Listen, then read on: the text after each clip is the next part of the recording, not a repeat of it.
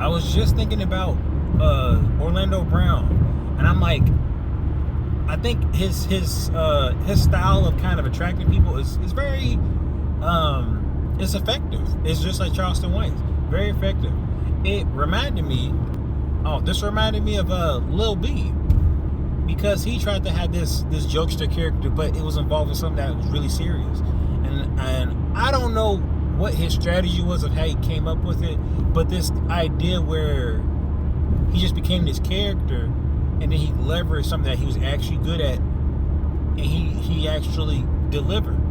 You know, I think like he put it in two separate boxes, and that's what Charleston White has a tendency to do, is just put this over the top character that's like, it reminds me of Rich Dad Poor Dad, where he was telling you, like, if you can be bought with something, and he was, when he was him, Robert Kiyosaki and his rich dad's son, I forget his name, he was offering them a price, especially at the time where it was a lot of money to like, initially it was like really old, undervalued, and then he kept going up until the point where it's like, well, this stuff kind of doesn't have much value, because like if you're getting paid like $1 million for like a 2-hour job, then it's like, well, this stuff is it's almost ridiculous how much the value is. So it's like, well, can you be bought?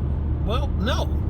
You know, you shouldn't be able to buy. You shouldn't have a limited value on your services or what you can provide to the market. And I just think that's great for Orlando. I mean, again, it is whatever. Like, you know, he had a very hard journey. So I think it's great that he has leveraged that and didn't make the joke his talent, but make the over-the-top Joker character a separate entity to gain people's attention. It's just like with Aaron McGruder, when he's giving people like a lot of, in the Boondock Show, he had to kind of give people a strange sleight of hand and misdirection for people to understand, like, you know, the cheese and broccoli method, or the peanut butter and celery method. Like you don't like celery, at least I don't like celery like that. But if you put some raisins and some peanut butter on it, it's tolerable. You can make it tolerable.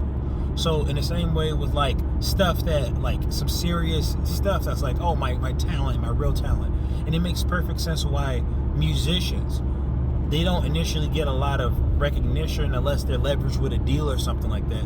And that deal gives them promotion, money, you know, like it's an investment that is to be paid off.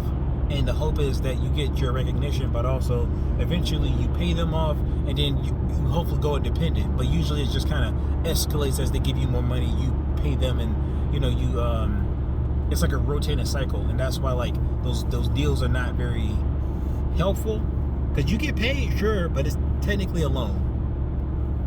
But if you are independent doing this, which I think Orlando Brown is independent, most of that money goes a little bit more to him than it would to like some big industry or label or something like that.